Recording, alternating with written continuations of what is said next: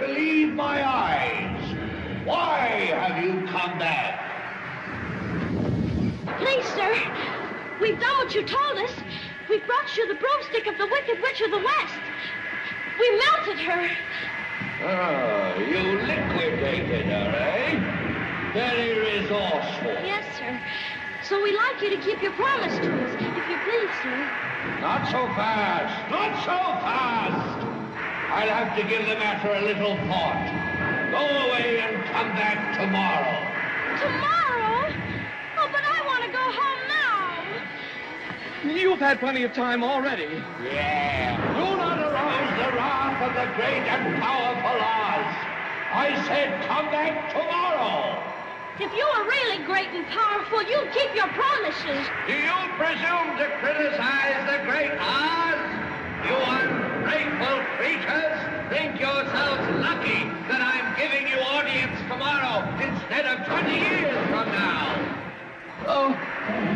The great Oz has spoken. Oh. Pay no attention to that man behind the curtain. The great Oz has spoken. Who are you?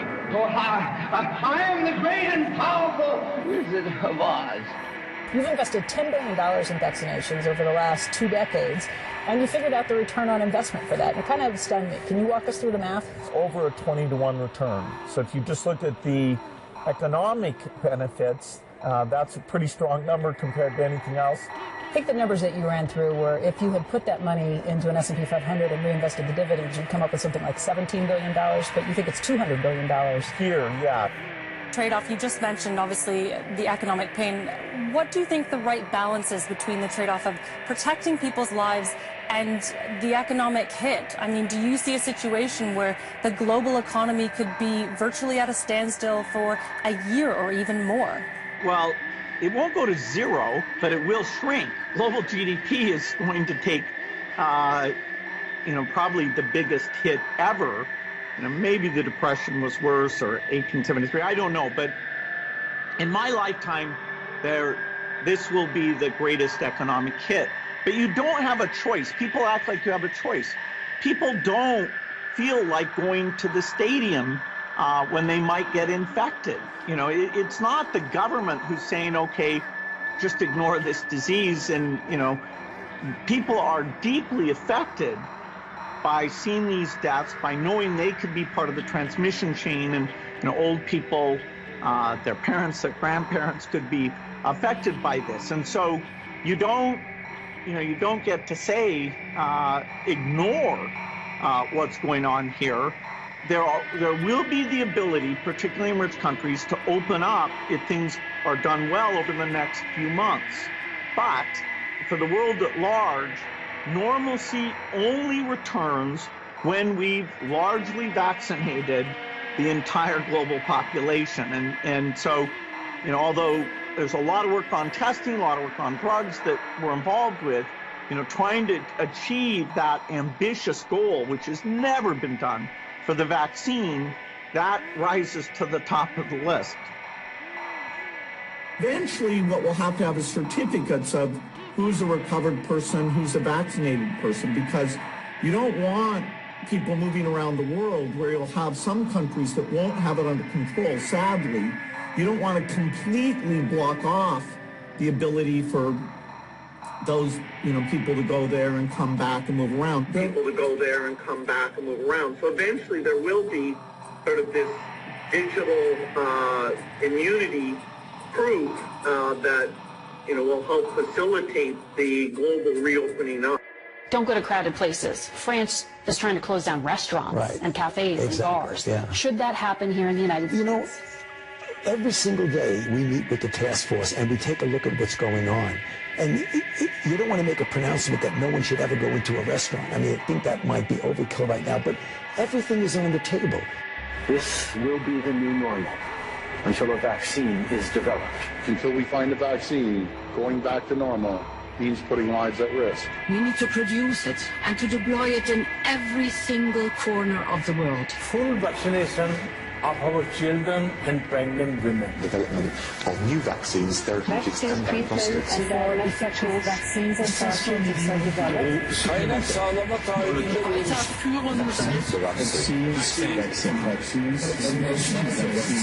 We've already bought the syringes. We already know where it's going to happen. We're thinking about what that's going to be. It's all part of this plan. And a final question. Are you breathing a sigh of relief yet? A sigh of relief? No. I never get ahead of myself. I'll breathe every sigh. You know, as Yogi Berra used to say, it ain't over till it's over. The virus raised the roofs. And this one, like all influenza viruses, can change the rules without rhyme or reason at any time. The sharing of biased and false news has become all too common on social media.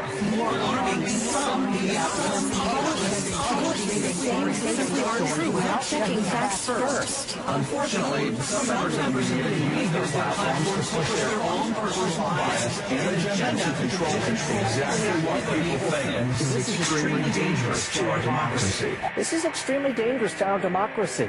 This is extremely dangerous to our democracy. This is extremely dangerous to our democracy. This is extremely dangerous to our democracy. This is extremely dangerous to our democracy. This is extremely dangerous to our democracy. This is extremely dangerous to our democracy. This is extremely dangerous to our democracy. This is extremely dangerous to our democracy. This is extremely dangerous to our democracy. This is extremely dangerous to our democracy. This is extremely dangerous to our democracy. This is extremely dangerous to our democracy. This is extremely dangerous to our democracy. This is extremely dangerous to our democracy.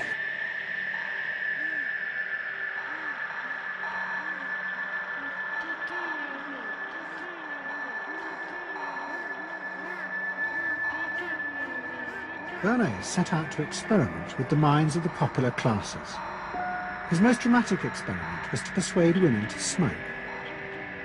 At that time, there was a taboo against women smoking, and one of his early clients, George Hill, the president of the American Tobacco Corporation.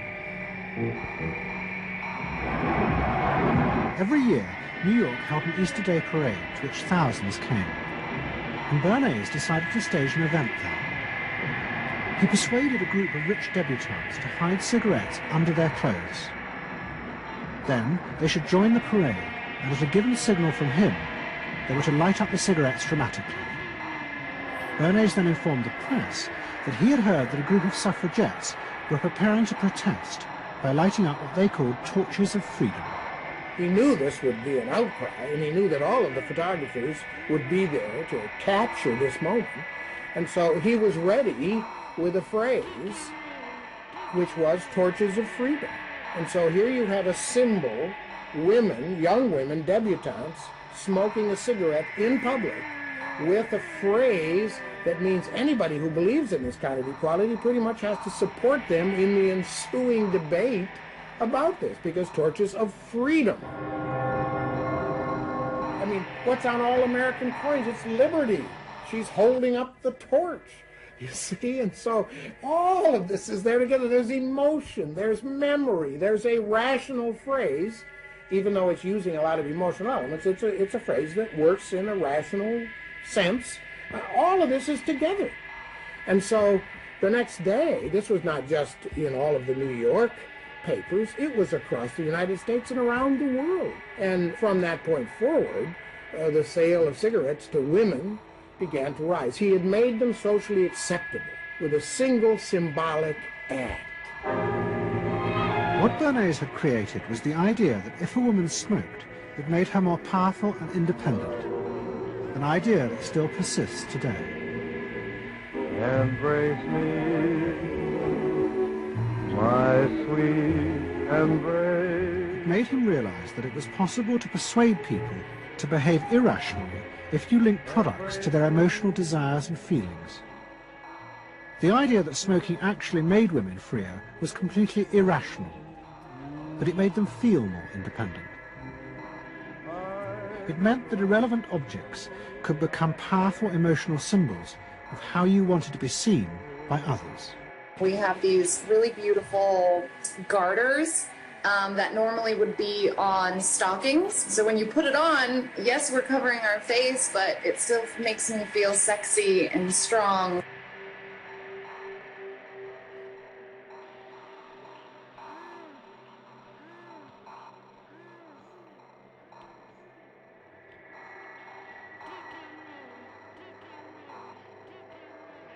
Normalcy only returns when we've largely vaccinated the entire global population. Everything is on the table.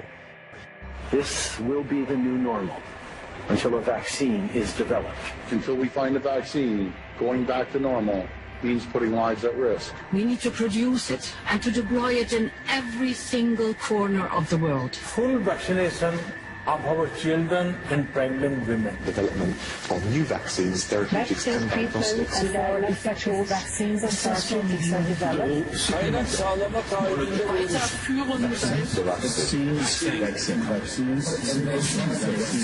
We've already bought the syringes. We already know where it's going to happen. We're thinking about what that's going to be. It's all part of this plan. You've invested $10 billion in vaccinations over the last 2 decades, and you figured out the return on investment for that, and it kind of stunned me. Can you walk us through the math? Over a 20-to-1 return. So if you just look at the economic benefits, that's a pretty strong number compared to anything else. I think the numbers that you ran through were if you had put that money into an S&P 500 and reinvested the dividends, you'd come up with something like $17 billion, but you think it's $200 billion. Here, yeah. Every English language media organization, you've got NPR, National Public Radio, The Guardian, NBC, Universal, let me pull up the screenshot here. And then also, French and German media, El País in Spain was on there. So they've got multiple countries under their thumb, and the fact is that none of these articles come with a warning. Like, there was one, I think LA Times was doing a relatively critical investigation of the Gates Foundation, and it's, paying people for, I don't think it was a media thing, but it was paying people for something else, basically conflicts of interest because they've got millions of those. But, and Gates Foundation actually went over the writer's head and talked to the editor and tried to get the story killed. Now, I think the story still came out. I don't know if it still had everything in it that it was supposed to have, but yeah, we've got, they give to Johns Hopkins University, of course, National Journal Group, United Nations Foundation, Thomson Media Foundation, which is Reuters, Univision, Public Radio International, Pulitzer Center. So if you think these great journalism organizations are independent, think again. Let's see, there's a lot of them. And then they also pass through groups like New Venture Fund, which are like these sort of dark money pool things, which then distribute the funds further, and then the Gates Foundation is not specifically linked to those recipients. We've also got them given to colleges like Boston University, International Center for Journalists, which is a totally corrupt organization. Pro Social LLC, I don't know what that is. Let's see, Al Jazeera. It's like, so you expect Al Jazeera to at least be a little bit more aware of what's going on, but nope. And so a lot of other media organizations that aren't getting this money end up giving Gates favorable coverage by default because they just echo what other people say.